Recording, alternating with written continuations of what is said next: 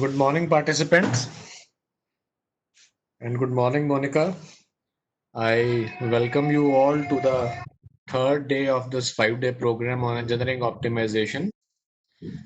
We have around 125 participants joined yet, so maybe we'll start another 5 minutes. But in the meantime, if there is any query from my sessions yesterday, you can write the question in the chat box, please. There's a question how to select optimization method according to research area. See, it will depend upon the problem statement. So it is really very difficult question to answer, but it will depend upon the problem statement that which method will fit the problem statement. Yeah, yesterday's PPTs we'll upload today in the Google Classroom.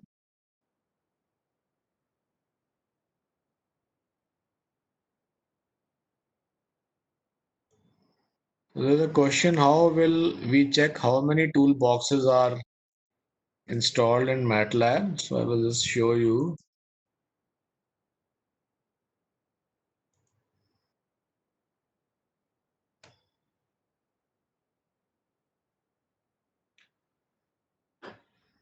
So when you open MATLAB, you have these tabs where you have the ribbons for home, plots, apps. Now when you go to apps, whatever toolboxes are installed, they will be showing here. Right? For example, these toolboxes are right now installed on my system. So I can see these toolboxes. So from here, you can come to know which toolboxes are installed. So yesterday, we started with introduction to MATLAB.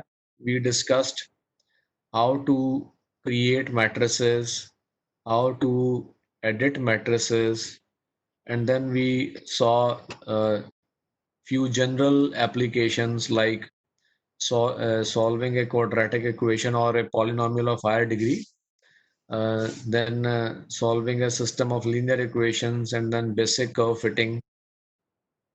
And then we started with optimization example. The first example we did was which used the function LSQLIN, and then we went on to two problems of linear programming in which we had uh, in the first problem we had a minimization function and inequality constraints and equality constraint and lower bounds. In the second problem we had a maximization function, and there we saw that the how do we convert it to minimization function by multiplying it with -1. So after that, when we finished, we were discussing this problem, which you are seeing right now on your screen. So this was regarding unconstrained optimization. That is, you have been given any function and you want to minimize it. You want to find the values of the variables for which the function is minimized. So we discussed that we use the MATLAB function fminunc, f for function, min for minimization, and unc for unconstrained. And the syntax of the function is fminunc, then within brackets you give a function, comma, the initial guess. And this function will return you the values of the parameters for which the function is minimized and the value of the function itself. So as I discussed that whether you solve a problem manually or you solve it by using a tool like MATLAB, the result will depend upon what is your initial guess. So the correct result will depend on the initial guess. MATLAB will not automatically give you the correct result. MATLAB will only automate the process. For example, if we have to solve this kind of problem, we have to take a derivative and then take a second derivative, find maxima or minima depending upon the problem. So that we don't have to do manually. That will be done by MATLAB itself. So that is the only thing. So here OBJ Fun was a small program which is written by the user to describe this equation or this function. And yesterday we saw that we write a small program. The program begins with the keyword function, and then you have the output variable is equal to the name of the function. It can be any name. Obj fun is not necessary. Then within brackets, we give it a variable which we will pass to it. Now, since in this function there are two variables x1 and x2, so this x in the program will be a vector which will be containing two values. The first value will be referred to by x within bracket 1 and the second value with x within bracket 2. So in this function, then we simply describe this equation, right? That e raised to the power x1, so x exp for exponential. Then within brackets x1 multiplied by 4 multiplied by x1 square. So this caret sign is for raised to the power plus 2 into x2 square plus 4 into x1 into x2 plus 2 into x2 plus 1. And after we define this function, then we will also define the initial guess or the starting guess. So as the function can have local minima and maxima, so the result will depend upon our initial guess. So let us do it in MATLAB. So yesterday we had made a function and we had named it ofun1 rather than objfun. I had given it a different name. So let me open that function, that file. So we had written this function f is equal to ofun1x, that's right. So now we will go to the MATLAB prompt and we can give it the initial guess. And even x0 is just a variable name. You can give it any name. You can call it xi for initial, right? And you can give some values, whatever you wish to give. In the PPT, I had given -1 and 1. Here I am giving 1 and 1. And then we will take the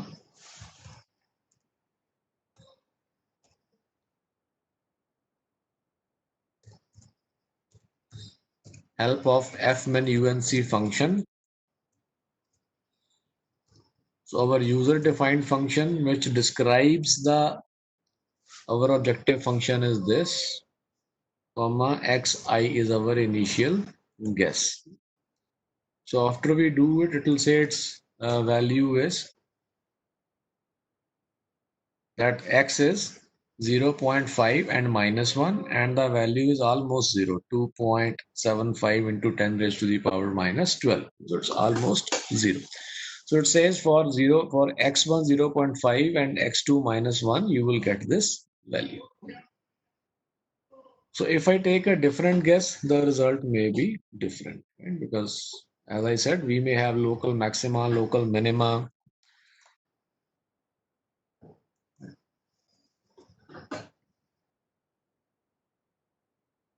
So the way we wrote the function, we will again come back to it.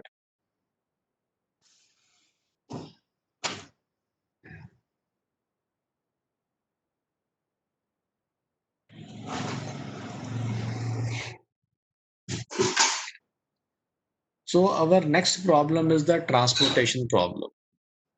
For transportation problem, there is no inbuilt function in MATLAB, so we can write a code for this problem.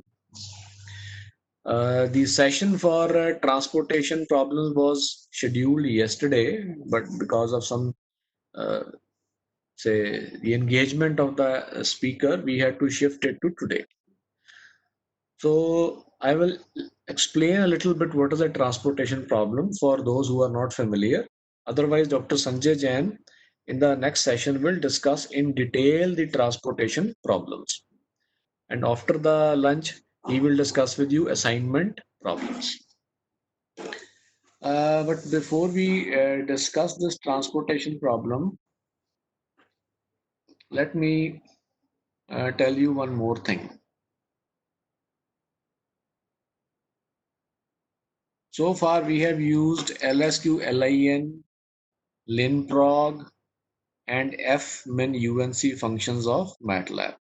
As I said, these functions are available in the optimization toolbox and we have used them on the command prompt. We also have an interface for optimization toolbox in which you can use to solve the optimization problems. There is not much of a difference that whether you type the commands at the command prompt or whether you use that interface. But why I started with using the command prompt is because, as I said, for many problems like transportation, you will not find a inbuilt function. So you have to write code.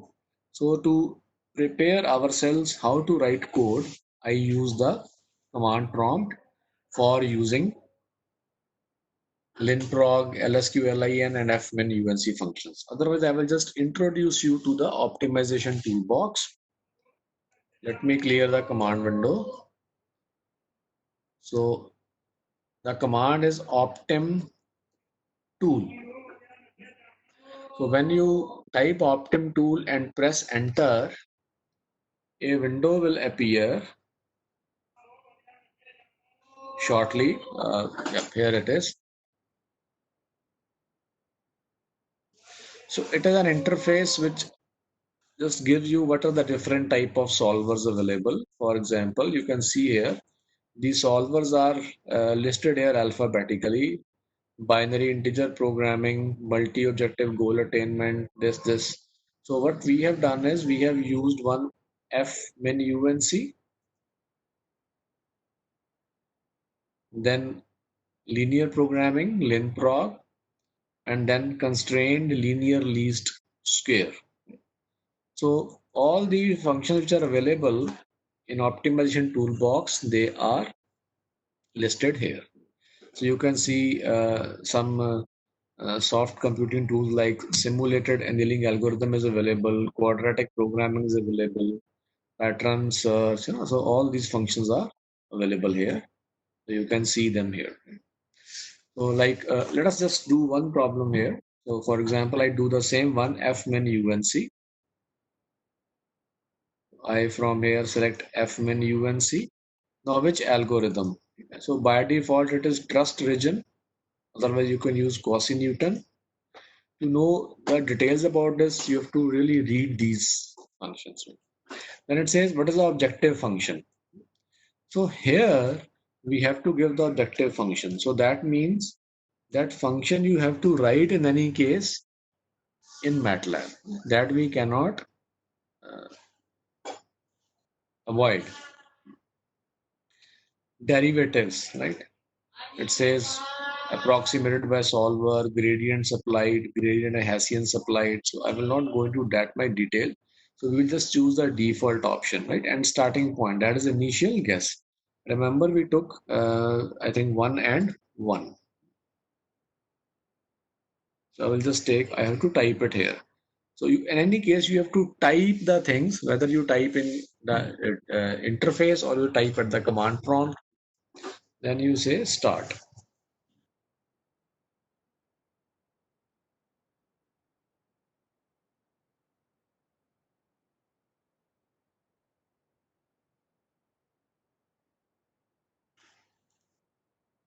Okay, so it has given me the result here.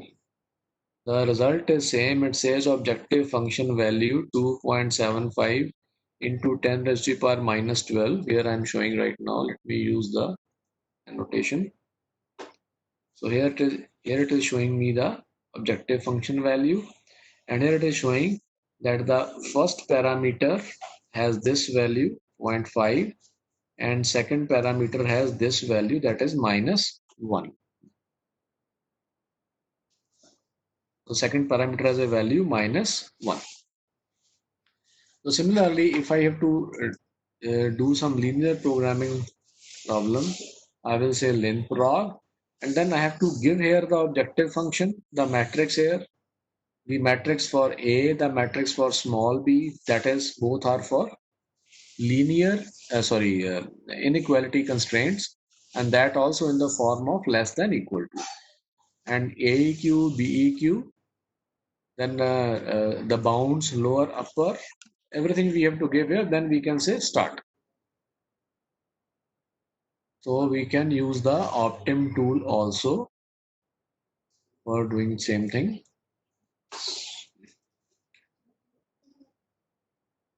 Okay.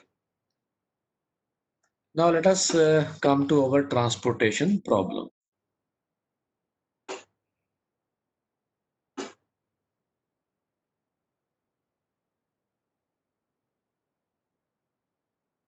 So what is a transportation problem? A transportation problem is that where you have some sources or origins, say 1 to m, and then you have some destination, say 1 to n, and some material has to be supplied from the sources to the destinations. Like, for example, I'll be taking the example of a milk supply. So, and different states have like different cooperative societies. Like Punjab has Verka, Haryana has Vita. Similarly, Mother Dairy is there, Amul is there. So many there. So naturally, if we take the example of Amul, so Amul will have a number of milk plants in the country. So those are the sources. And from those milk plants, it has to supply the milk to different destinations. So that is the destination. So we make a matrix where we have sources listed along the rows and destinations along the columns. This C11, C12, C13, so on, they refer to the cost. Like C12 is the cost if a unit material is supplied from plant 1 to destination 2. C32 is the cost if of a unit material if supplied from source 3 to destination 2. So in general, we say Cij is the cost if the material is supplied from source I to destination J. So we are given the problem and we have to decide how much material should be supplied from different sources to different destinations so that the total cost is minimum. So if we go to the next slide, we basically have to find the material quantity, that is Xij. So here, as you can see, X11 is the quantity of material supplied from source 1 to destination 1. And since C11 is the cost, so if we multiply, it's a unit cost. So if we multiply C11 by X11, we will get the total cost of supplying the material from source 1 to destination 1. Similarly, if we multiply C23 by X23, we will get the cost of supplying the material from source 2 to destination 3. And if we add all of them together, we will get the total cost of supplying. Now we have to minimize that cost. So let me just entering. Okay. So we'll take the example, a dairy farm has 3 plants for which the daily milk production is as follows. Plant 1 produces 6 million liter of milk. Plant 2 produces 1 million liter of milk. Plant 3 produces 10 million liter of milk. Now, each day the firm has to supply milk to 4 distribution centers whose milk requirement is as under. So distribution center 1 requires 7 million liter, 2 requires 5 million liter, 3 requires 3 million liter, and distribution center 4 requires 2 million liter. So here you can see the total supply is 6 plus 1 plus 10, 17, and the total demand is 7 plus 5, 12, plus 3, 15, plus 2, 17. So the supply and the demand are balanced. So here today my focus is to discuss how to make a program. I'm taking only one type of problem. The different type of problems will be handled by Dr. Sanjay Jain at 11:45. And so we have the cost of transportation given of transporting 1 million liter of milk. That is unit cost. So here we are talking in million liter. So the unit cost is given. So you can see this. So if we supply from plant 1 to destination 1, the cost is rupees 2 per million liter. If we supply from plant 3 to distribution center 1, then the cost is higher. It is 5 rupees per million liter. And very interestingly, if we supply from plant 2 to destination 2, the cost is 0. So this kind of situation is also there. For example, the distribution center may be very near or it may be within the plant only. For example, factories have their factory outlet sometimes within the factory, or milk plants have milk booths within that their premises. So there the cost is 0. Now what we have to find the quantity of milk Xij, that is from source I to destination J, to be supplied from each plant to each distribution center so that cost of transportation Z is minimum. So we have to find this X11, X12, X13, so on. Cost is given to us. So naturally Z is equal to 2x1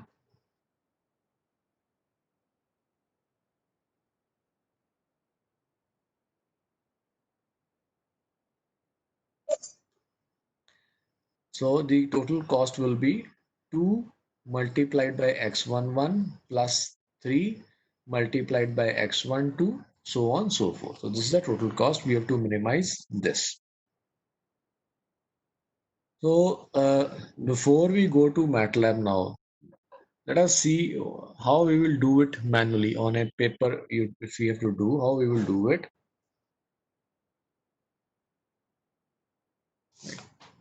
So I have made a chart in Excel file. So you can see here what we have is this cost matrix is given to us. So here we have plants 1, 2, 3, destinations 1, 2, 3, 4, and this is the cost matrix. And also we write here the supply. Plant 1 can supply 6 million liter of milk. Plant 2 can supply 1 million liter. Plant 3 can supply 10 million liter. Similarly, for the destinations, we have the demands. Destination 1 has a demand of 7 million liter. Destination 2 has a demand of 5 million liter.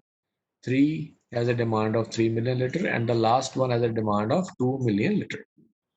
So what we do is we initialize a quantity matrix Xij. So this is Cij, this is Xij. And obviously the size of the quantity matrix will be equal to the cost matrix. So if we only this is the your cost matrix and your this sorry and this complete is your what is called as transportation matrix, right? So here we have the cost matrix. So what we will do is, now there are a number of algorithms Dr. Jan will discuss. I will discuss with you one algorithm which is called matrix minima or least cost method. You see, it is a common sense that we would like to supply the maximum quantity of the material from that plant to that destination where the cost is minimum. So what we will do, say this is our starting, now we go to our next stage. So in the cost matrix, we see which is the least cost. We find it is 0. Of all the costs of all the Cij, the least is 0. And this 0 is for second plant and second destination. Now let us see what is the requirement of the destination. The requirement of the destination is 5. And what is the supply capability of this plant? That is 1. So it can supply 1 unit and the demand is 5 units. So obviously what we will do is we will go to quantity matrix, put 1 here, and since plant 2 has now supplied 1 unit here, so its supply capacity is now reduced to 0. Similarly, the demand of the destination 2 has decreased by 1 to 4. Then we go to the next step. So what we will do now, we'll find the next minimum cost. Now next to minimum cost here is 1, right? So we will go to our next here. So we select this as our cost. So this is for second plant and first destination. Second plant has a supply capability of 0 and the requirement of destination 1 is 7.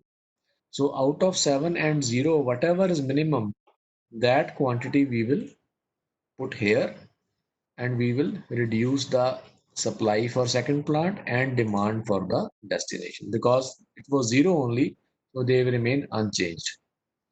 Now after this, the next one is this one. So we will go to this one. Now this corresponds to second plant and fourth destination.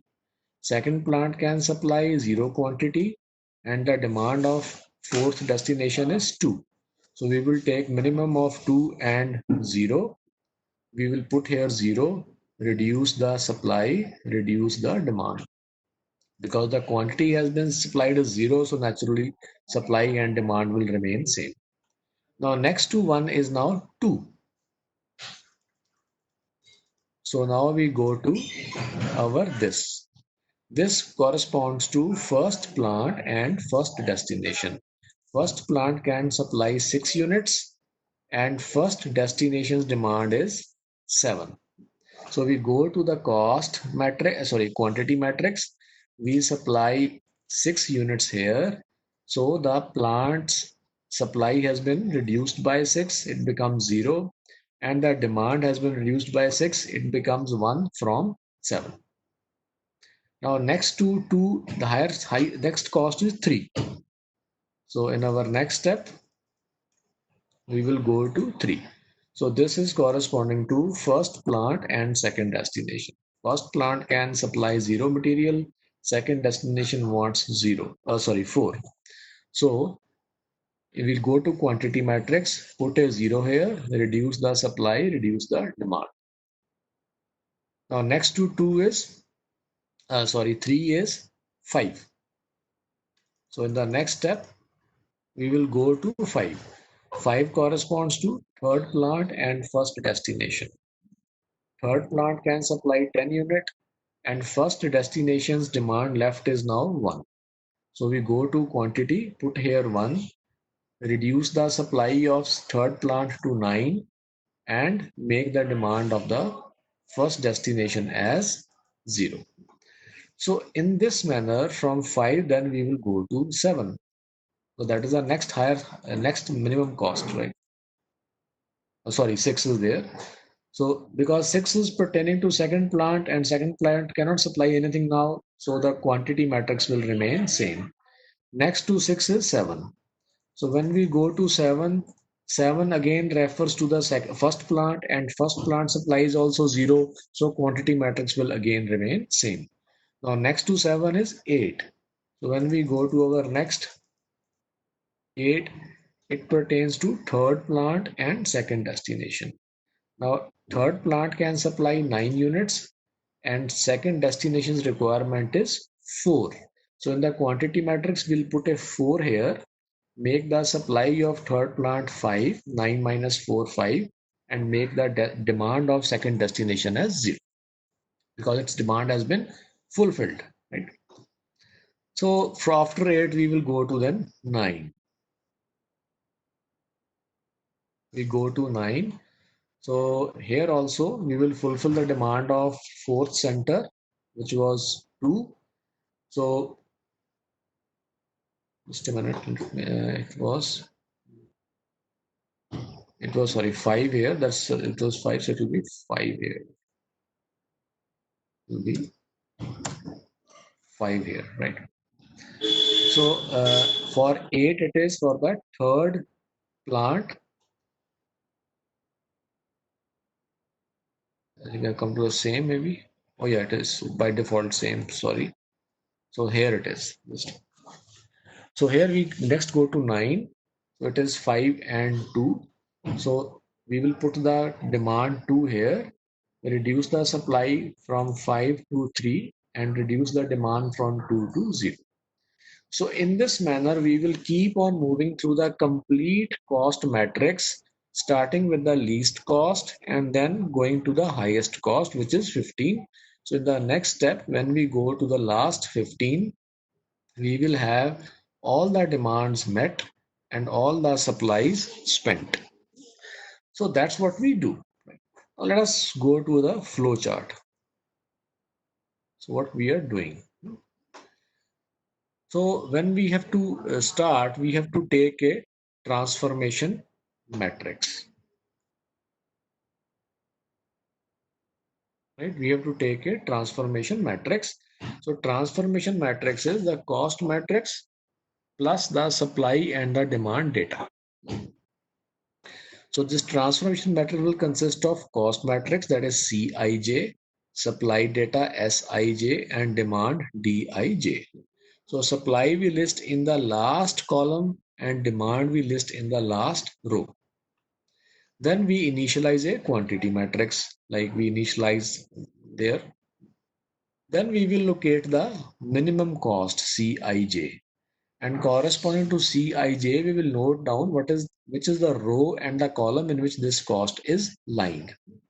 So then we will go to the quantity matrix, and corresponding to that row and column we will put the minimum value of the supply and demand there. After that, we will reduce the supplies. S is equal to S minus X. And we will also reduce the demand. D is equal to D minus X. So then we will see if we have gone through the complete cost matrix. If no, then we will locate the next minimum Cij. Note its row index I, column index J, and again update the quantity matrix with the minimum of Si and Dj. So this way we go on looping here, and when we have scanned the complete transportation matrix, then we will compute the total cost. The total cost will be computed and then we will stop. So we have to now make a program for this. And in the loop, we can see that we have to do something in cycles, that is in a loop, and we also have to take some decision, right? In our daily life also, we do the same thing. Whatever logic we implement, we'll implement either by taking some decision based on condition, or you can say, repeat the things. For example, if we are moving in a street and our eyes are giving us the feedback about the obstacles on the street. So if there is a vehicle parked in front of you, your eyes will tell you that a vehicle is parked there. So then your brain will instruct your muscles to take a left or right turn and avoid that vehicle. So that is the if condition we use. Similarly, we also do things in loop. We do things again and again. Sometimes we do things again and again for a fixed number of times. Sometimes we do things again and again based upon a certain condition. So when we do the example for when we do things again and again for a fixed number of times is, for example, say a student is in a class and he's taking the exams, right? So he will take the exams again and again depending upon the number of subjects in which he has to appear. So there it will depend upon a count, the number of subjects, and he will keep on taking that exam.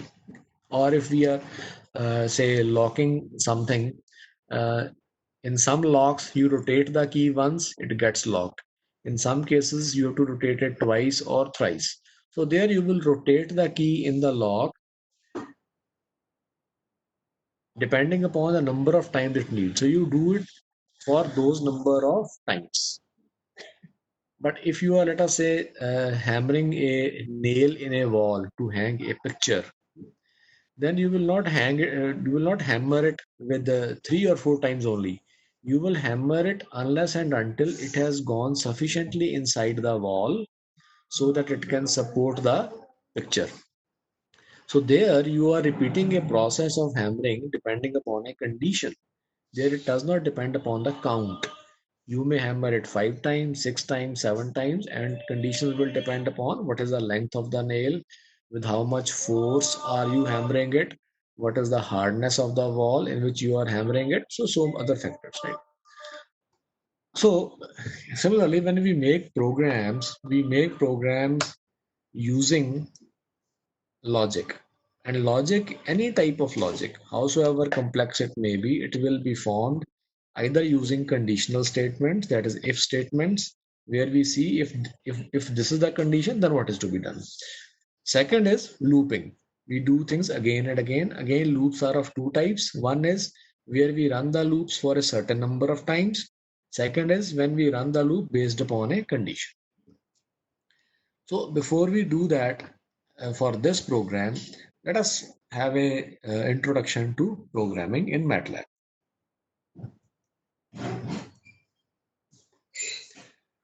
Now this is our MATLAB command prompt, and here we have been writing commands. Let us say I write some very simple commands. A is equal to 2, B is equal to 3, C is equal to A plus B.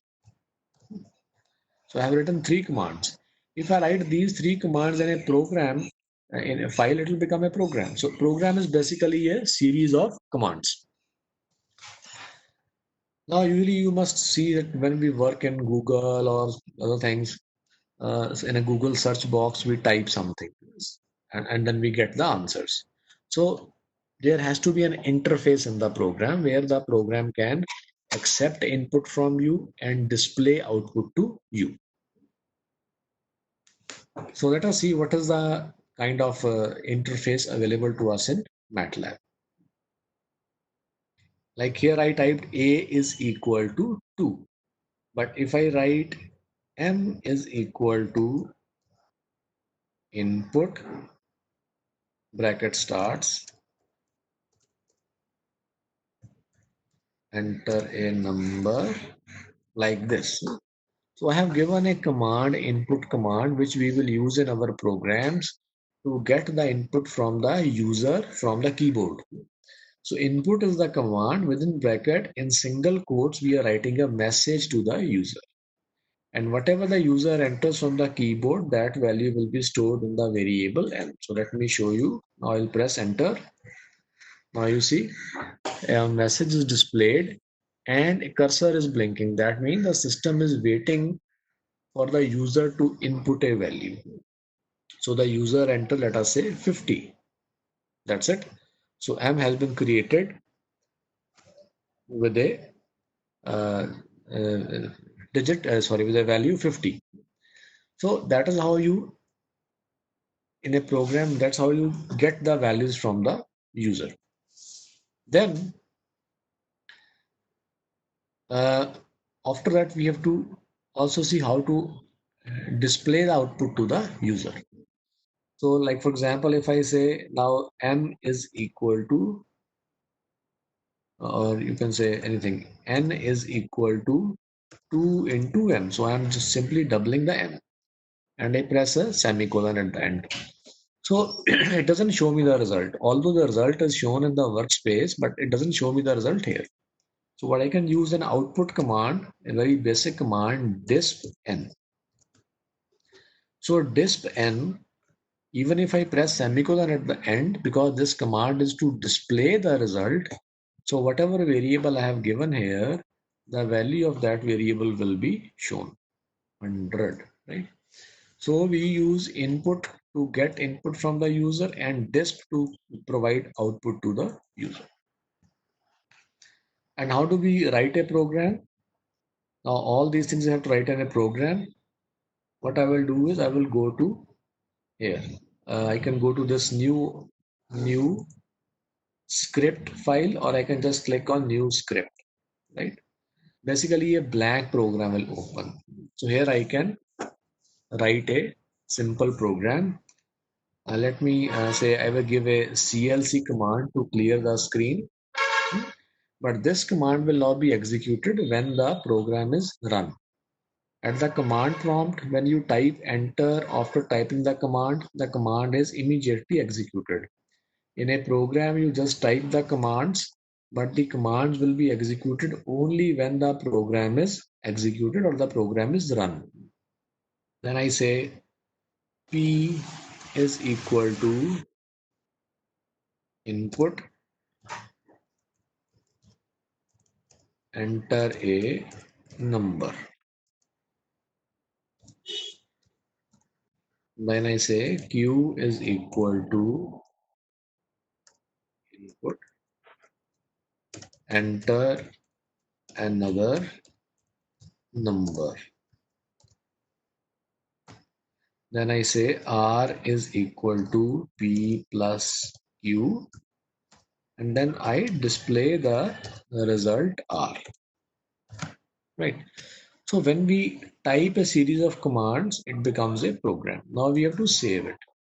So as I told you, when you save it, it will be saved in the current directory. So my current directory is presently MATLAB under my documents, and it will be saved with an extension .m. I can give any name to it. For example, I may give it a name ICTO, our this program ICTO 96 1. Then I press save. So the program now has been saved. So I can run the program by two methods. One is in here only, in the editor only, I have a command to run here, right? It says run this program. So if I run it, I'll be taken to the MATLAB command prompt automatically. So here I'm getting a message, enter a number. So I'll write 3, enter another number, I write 5. So I will get the result 8. Or I can run the program directly from here. I can type the name of the program 96.1 and then press enter. So the program will again start 9, 7, 16. Right? So that is how we make a program and save a program. Now I have some programs already made here, which I'll be showing you that how do we use if statements and the loops.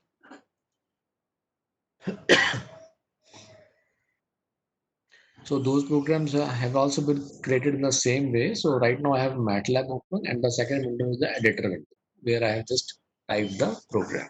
So let me show you this program, one program. Now you're familiar with the first command CLC, familiar with the second command input. Now we want to display a message to the user whether the number input by the user is positive, 0 or negative.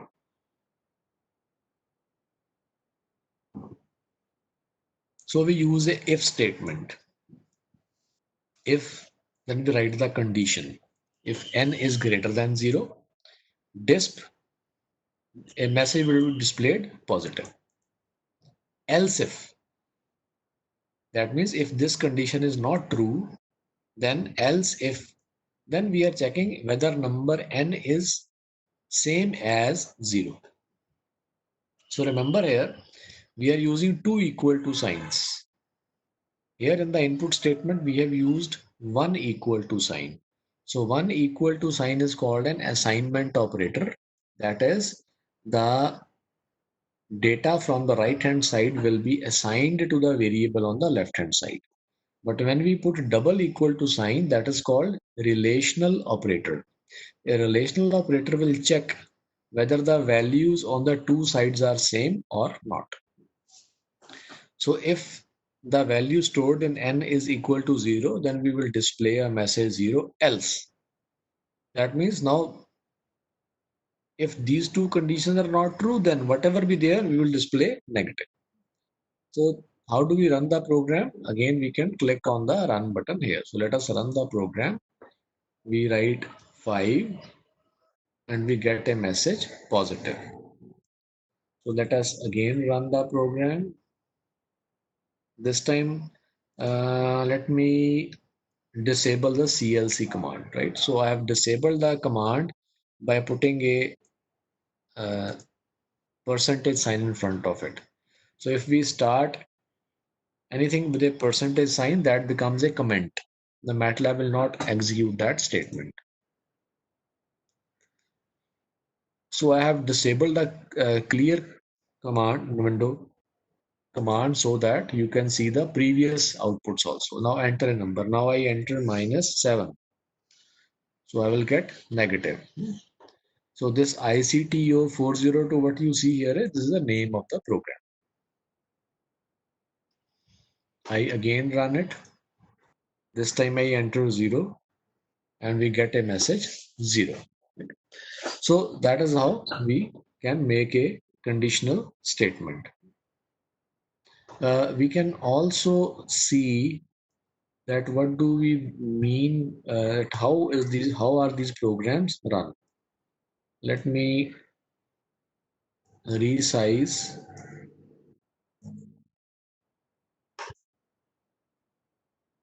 this and resize MATLAB also. So we put then we will put the MATLAB command window and the editor side by side.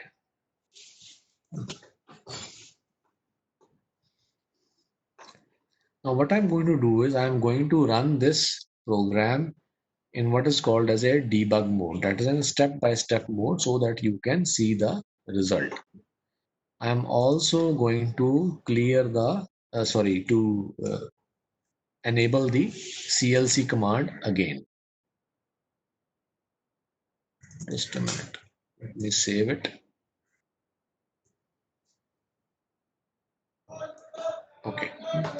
So now, and I'm going to put I'm going to click here in front of a line number by clicking.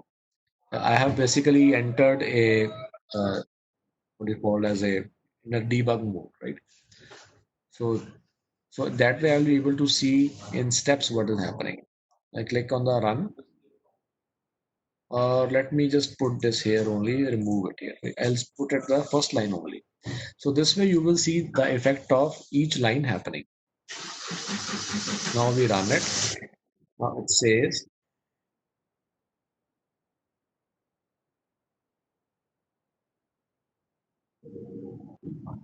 so it is the control is now at the first command. It is waiting for me. I will click on here step. It says step. When I say step, you will see CLC command is executed and the command window is now cleared. Now it is waiting at the second command n is equal to input. When I say step, enter a number will appear here. Right? So now I will enter a number. I will say -5. Then press enter. Now we again come back to this. It says if n is greater than 0. Now I will take the mouse pointer to n on n, and here I can see the value n is now -5. When because it is -5, this condition is false. So when I say step, the control will jump to check this statement. Right? It has skipped the dist positive statement. Now n is 5, -5. So it will again skip this and come here. So then it will say dist negative. And here the negative has been displayed. And now the program ends. I will run it once more. We read the first command. I give step. When I click on step here, CLC command will be executed and this command window will become clear. Now I say 0. Press enter, right? So here the condition becomes 0 greater than 0, which is false. So we will go to next. Now 0 is equal to 0. This condition is true. So now the control will go inside this part. It will display 0 and then it will not now go to else. It will now skip else. program is finished. So in this manner, we can run the programs. Now this was how do we use the if statement to check for a condition. Now let us see how do we make a loop. Now here we are going to do something again and again. You are very well familiar with the first two commands now. This for loop I will just show you. Let me reduce this number to 3. You are also familiar with this thing 1:3. 1:3 means 1, 2, 3, right? Three values 1, 2, 3. So let us first of all run it in a continuous mode and see what we are going to do. Enter a number. I say 7.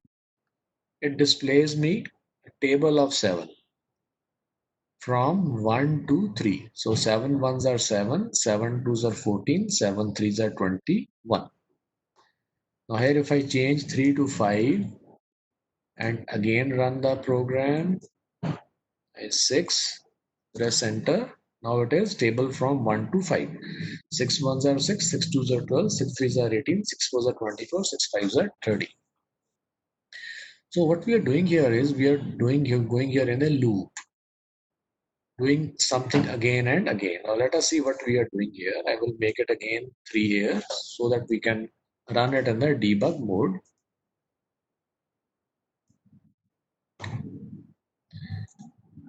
So first command is waiting. Now I click on step.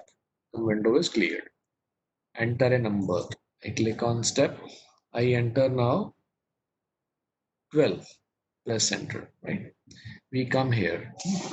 So here the variable num contains now the value 12, and this variable mul, it will take the value from 1 to 3 in cycles. In the first cycle its value will be 1, in the second cycle its value will be 2, in the third cycle its value will be 3. I click on step. Now you see here num has a value 12 and mul has a value 1. So 12 into 1, 12 will be stored in res. So you see res contains now 12. Then we have display res. And on the screen you can see 12 has been displayed. The control will go back again. It will do it 3 times. Now you see num will remain always 12, but mul has now become 2. So 12 into 2, 24 has been stored in res, and now 24 will be displayed. We again go back. Now mul has a value 3. So 3 into 12, 36. So still the command has not been executed. So therefore, if I right now put my cursor on the res, it will show the previous value 24. Only after I click on step, now it will show 36. Then we say disp res, which is 36. And then now if I click on step, the program will end. You see the arrow is now in the downward direction. So we use a for end statement. It's called a for loop to carry out certain commands for a fixed number of times. Now let us see another for loop.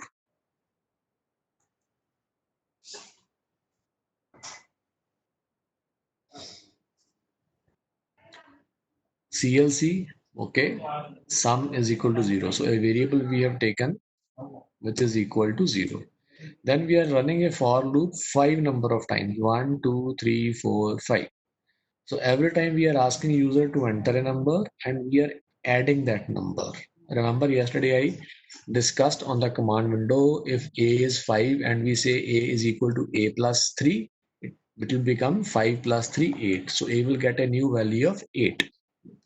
So similarly here, sum's initial value is 0.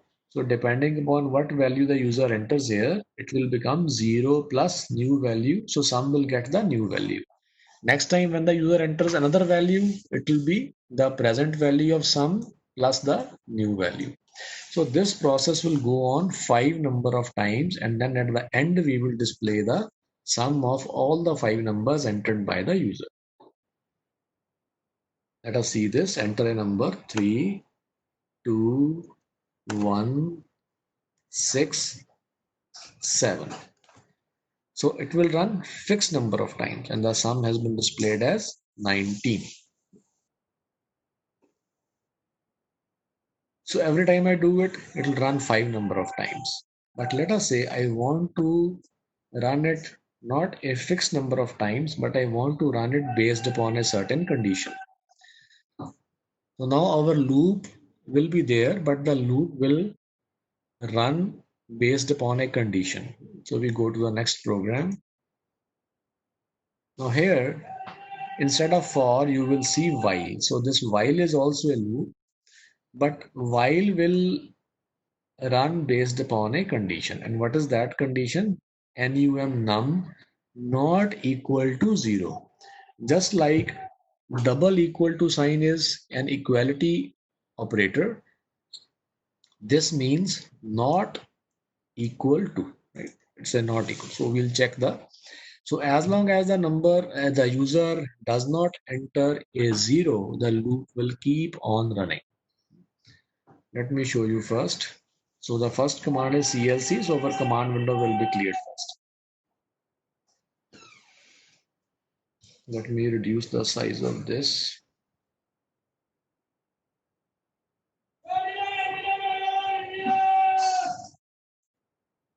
Okay, so enter a number, type 0 to 1. I enter 4. Another number, I enter 9. Another number, I enter 3. Another number, I enter -5. Another number, I enter 9. Another number, -12. Another number, 3. Another number, 2. So it will go on as long as I do not enter a 0. So I have entered so many 4, 9, 3, -5, 9, -12, 3, 2, 1. So next time I will enter a 0 so that the program stops. And it displays me the sum of the numbers entered.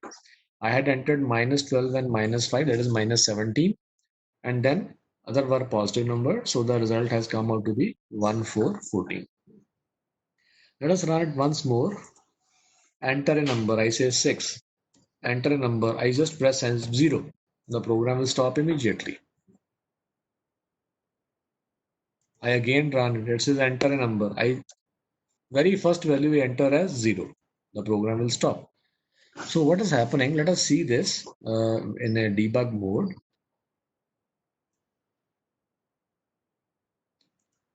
So here, now we are going to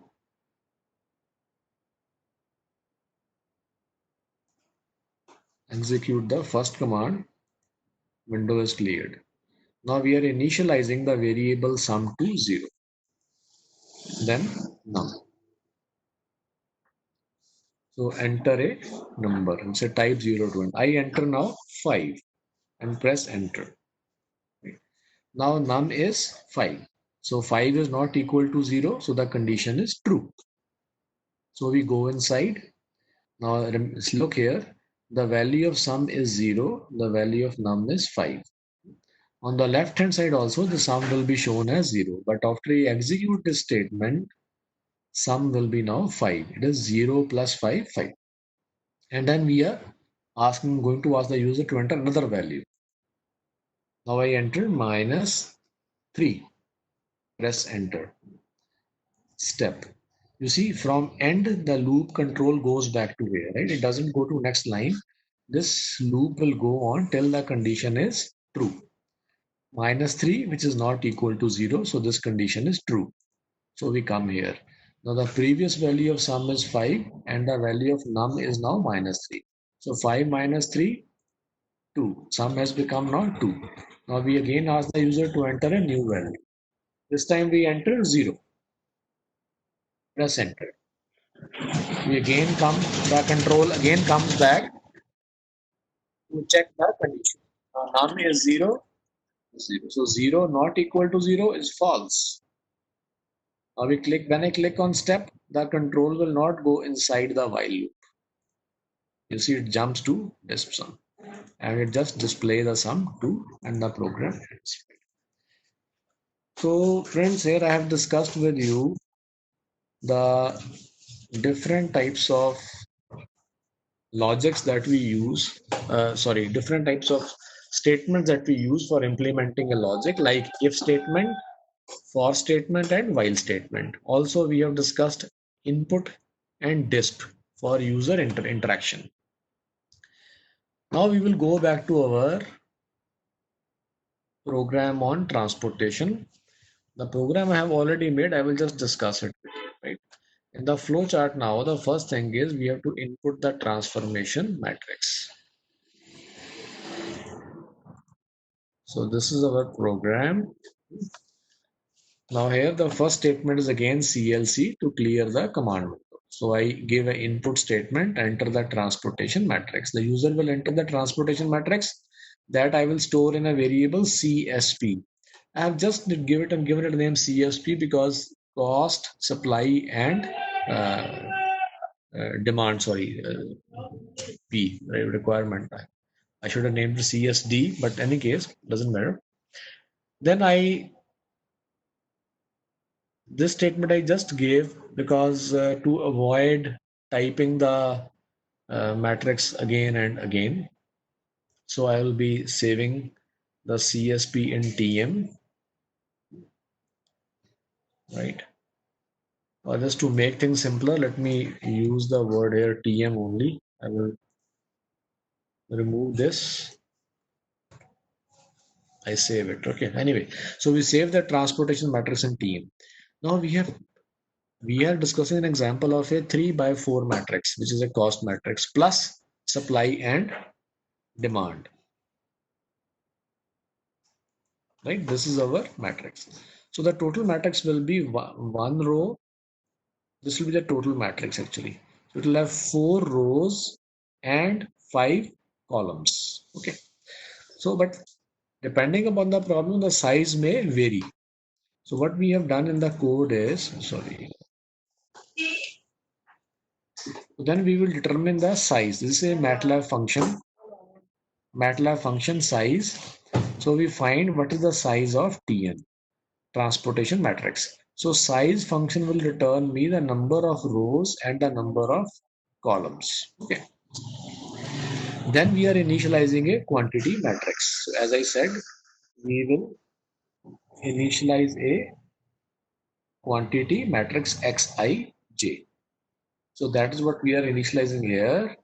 And we discussed the zeros command yesterday. So it will be zeros. And we have written here row -1, column -1. Because remember, our transportation matrix consists of cost matrix plus last column of supply and a last row of demand. So we don't want that. We want the quantity matrix to be equal to the size of the quantity matrix to be equal to the size of the only cost matrix. So we have reduced set row -1, col -1. And then this part here I have used a for loop. So what is this basically? Let us go back again to our flowchart. So we have to locate the minimum cost, minimum Cij. Now looking at this, I can see, okay, this is the minimum cost and I can find for this minimum cost, what is the supply, what is the demand. But now this has to be done by the computer.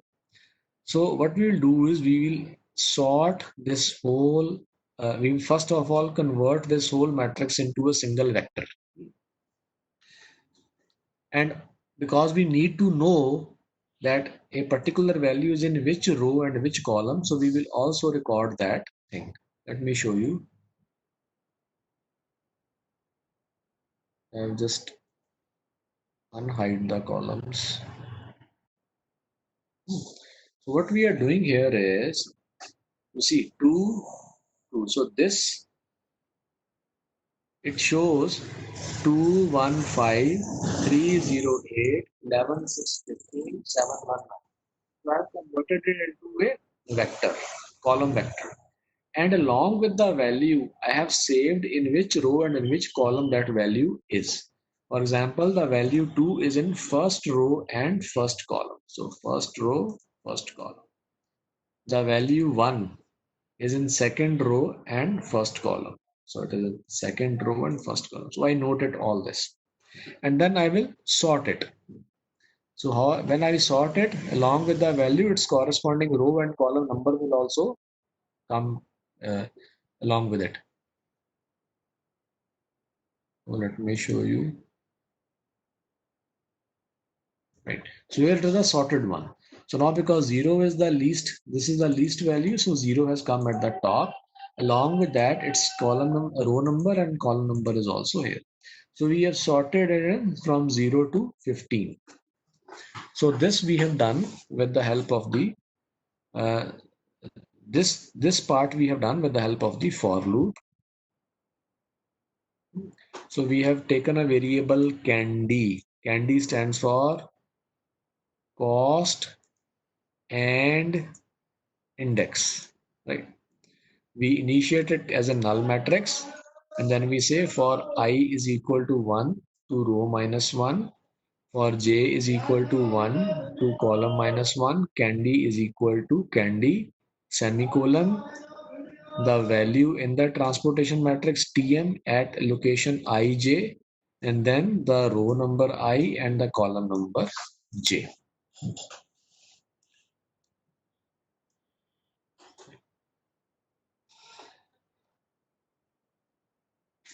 And after that, we are given a command sort rows. So because this loop will convert this matrix into this, right? And the next command sort rows will sort the this matrix. Okay. So after that, I am storing the length of sorted candy or S candy in a variable L. Right? So what I will do now, I will look at the first value cost. Now they are sorted, so I'm minimum cost. So I will see in which row and which column it is. Right? I will go to the quantity matrix, put the minimum of supply and demand in that cell, and then reduce the supply and demand. So that's what we are doing here now. So we've taken a variable counter which varies from 1 to L.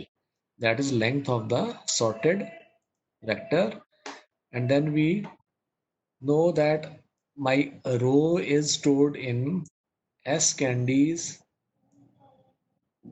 first row, second column. And column is stored in S candies this row and this column. Right.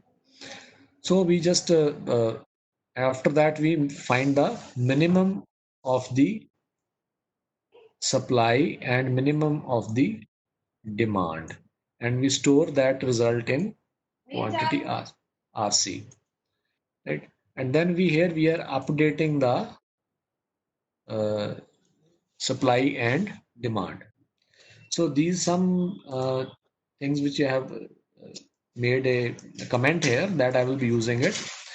And after that, when the process complete, we will compute the cost, and then we will simply display a message transportation matrix. Then we will display the transportation matrix.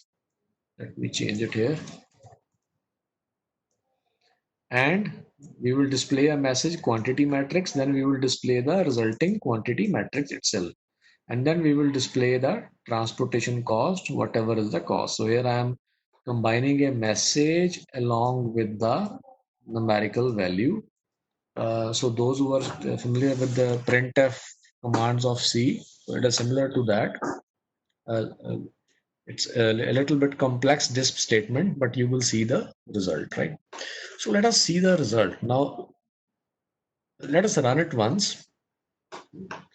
Before that, let me, rather than typing the whole transportation matrix, I have saved it. So let me open that.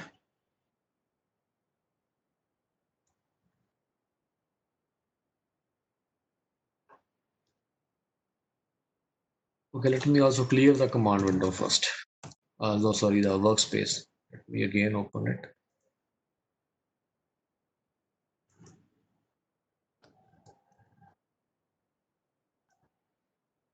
So I have this TM transportation matrix saved in here, right? So this is the matrix. We can also see it in Excel file.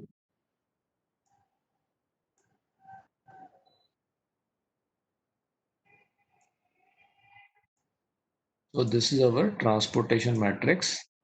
So we have already typed it 2, 3, 11, 7, 6. So 6 is the supply for the first one.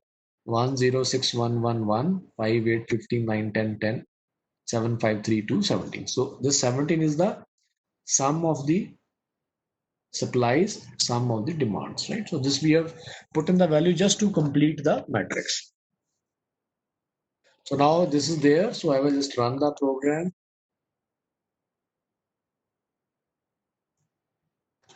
enter the matrix as a TM. So it gives me the result, right? So I have the result now that quantity matrix is 6000 0100 1432 and our cost is 112. So this we can see here in the Excel file. So that was our last 6000 0100 1432. And if we multiply 6 with 2, 12 plus all these are 0, so this will be all 0. Here 1 with 0, it will be 0. So it will be 6 into 2, 12 plus 5 into 1, 5. So 12 plus 5, 17 plus 8 into 4, 32. So 17 plus 32, 49. 49 plus 15 into 3, 45. So that will be 94. 94 plus 9 into 2, 18. So 94 plus 18 will be 112. So we have got the result 112. So how quickly we have been able to solve. Now, of course, this code is only for balanced transportation problems. As Dr. Jan will discuss with you, balanced, unbalanced, and also, let me tell you, I have used the matrix minima algorithm or the least cost algorithm. There are total 7 algorithms. So by using different algorithms, you may get different results. And for this particular problem, least cost algorithm may not be the optimum one, right? So, but the thing is that here now we have to code ourselves if the function is not available. So let me go to first of all chat box and see if there is a There's a question. Please tell something about GA. GA lecture is there on Friday. Right? GA lectures, genetic algorithm that will discuss by Dr. Amrit Singh. If the sir, the if condition once more for the transportation code. You see, in the transportation code, in the my MATLAB code, I have not used any if condition for the transportation code. But yes, in the flow chart, I had written here this was the if condition. So that is in general way to say that check whether the whole transportation matrix has been scanned. Right? But now in my MATLAB code, what I am doing is because I am sorting, I am converting this whole matrix into in this form, and then I am going from the first value to the last value by using a for loop. So I have not used a if condition there. So what I have done is I have found out the length of this vector. It is 12. And so I am using there the for loop. I am saying for 1 to L, where L is what? L is length of S candy. Right? Now I would like to run this code once so that you can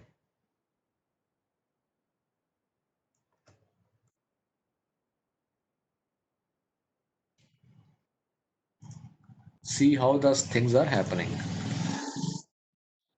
So this here I am using what is called as a three-dimensional matrix. So this I have not discussed. This I am using just to show you the quantity matrix in steps.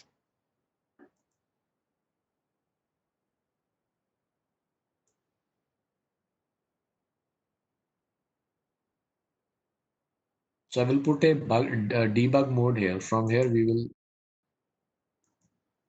start, or we can start from here. Okay. So all these commands will be executed first.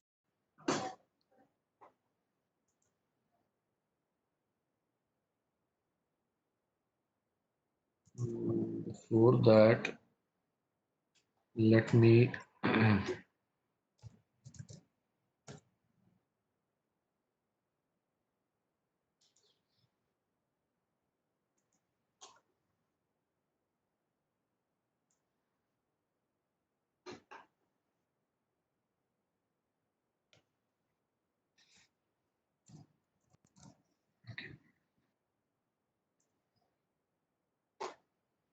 so let me put it side by side so that you can see the code and the result.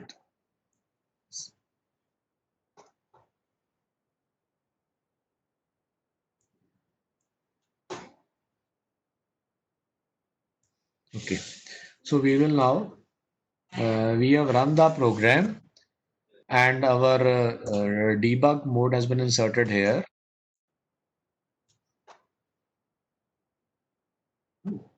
So enter the transportation matrix. So I enter TN. Okay, so now we come here. Right? So here we will get our first the quantity matrix, right? So this quantity matrix is all zero. These are supplies, these are the demands, and this is the sum of supply is equal to sum of demand.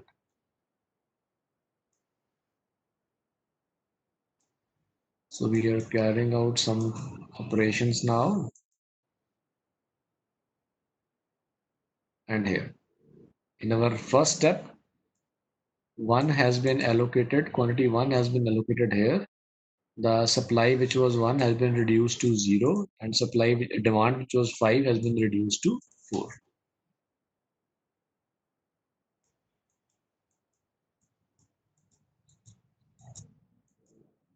Now three, right? Because next time the matrix doesn't change because we are still in the second row.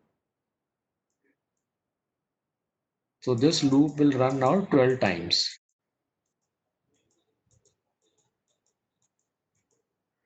Now it has changed. Now six quantity has been allocated from first plant to first destination. So the supply of first plant has been reduced to zero and the demand of first plant has been reduced to one.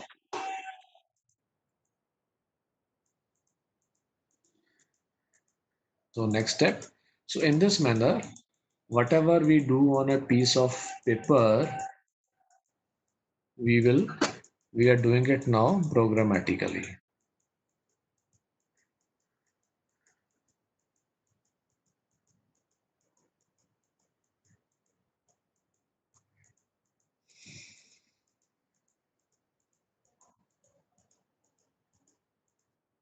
And that's it.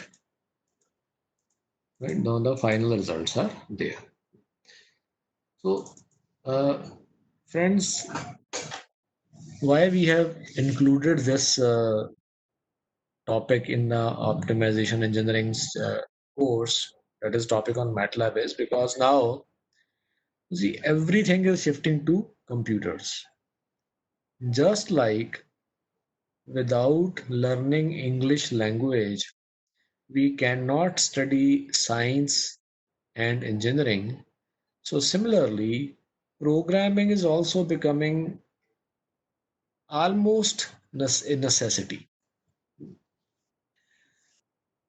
So in mechanical engineering also, people have been doing programming for a long time. You see our CAD softwares, our FEA softwares, CNC programming that has been there. But now it is very vital that we must learn at least one programming language. It will help us in not only in our research but also in our academics. Right? Moreover, now the industry is shifting to what is known as digital manufacturing. So the number of people are getting reduced, and more reliance is now on automation, robotics, rapid manufacturing, additive manufacturing, and industrial IoT. So that is now gaining popularity very fast. But that doesn't mean that if we are bringing more automation, we are reducing the employment, because the jobs may in fact increase. Only the type of jobs will change. Like computers are there now in all banks and everywhere, but as such, employment has not decreased due to computers. It has only increased. But things have become faster. Now you don't have to go out to pay your electricity bill, your water bill, your telephone bill, whatever. You all you do is sitting at your home. And nobody imagined that this kind of situation which we are facing now in 2020 will be there. So in these kind of situations, if people can work from home, there is nothing better than that. The things at least have not stopped. Things are moving, although economy is affected, businesses are affected, employment is affected.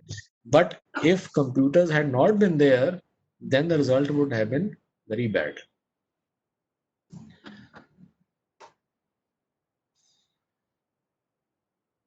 Okay, so let me see the questions.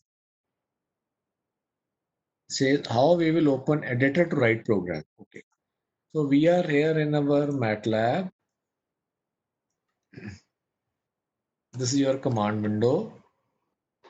So in your ribbon, home ribbon, you will find new script. When you click on new script, a new file will, a blank file will be opened.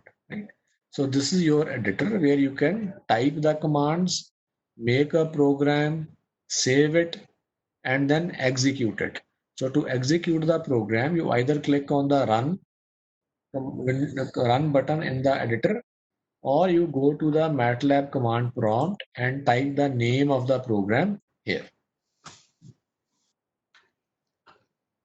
So friends, with that, I am done with my sessions. If there are any more questions, you can discuss.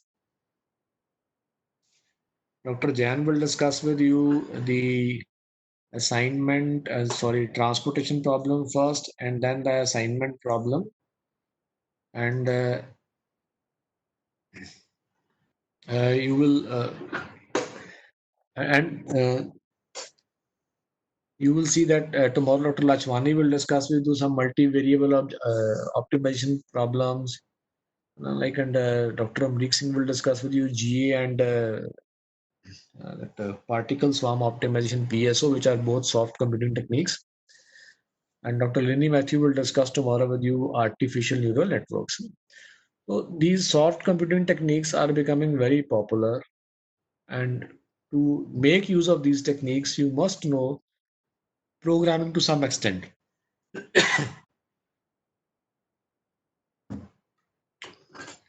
So if there is any more question, you can type in that chat box. Otherwise, I will stop here. So we will meet again at 11:45 with Dr. Sanjay Jain with us from MDS University, Ajmer. So thank you, Monica. We will meet again at 11:45.